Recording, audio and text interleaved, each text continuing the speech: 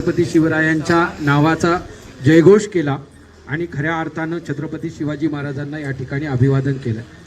तुम्हाला सांगतो, छत्रपती शिवाजी महाराजांचे दुश्मन कोण होते? जे रयतेवर म्हणजे आपल्या भारत देशातील जनतेवर, प्रजेवर अन्याय आणि अत्याचार करत होते, ते छत्रपती शिवरायांचे दुश्मन होते।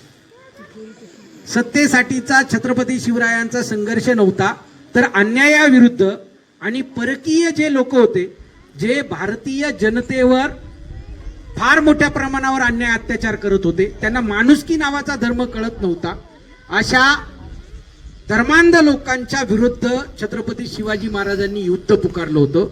आणि खऱ्या अर्थानं या रयतेमधल्या प्रत्येकाला चांगलं जीवन कसं जगता येईल, इथल्या शेतकऱ्यांना स्वाभिमानानं कसं जगता येईल, इथल्या सर्वसामान्य नागरिकांना अभिमानानं ताटमानेनं कसं जगता येईल, यासाठी वेगवेगळ्या जाती धर्मातल्या मावळ्यांना सोबत घेऊन महाराजांनी स्वराज्याची स्थापना केली।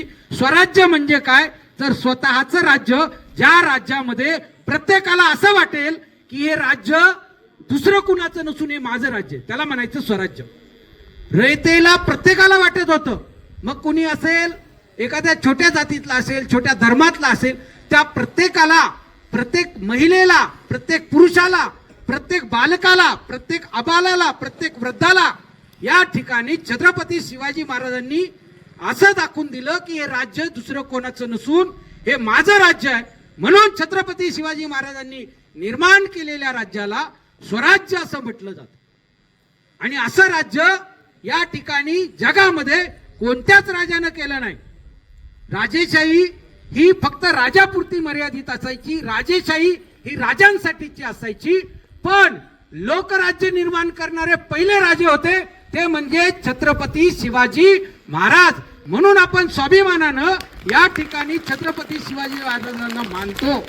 छत्रपती शिवाजी महाराजांना उगाच आपण जय म्हणत नाही, धर्मवीर संभाजी राजेची आपण उगाच जय जयकार करत नाही, आपण राजमाता जिजाऊंचा जयघोष उगाच करत नाही।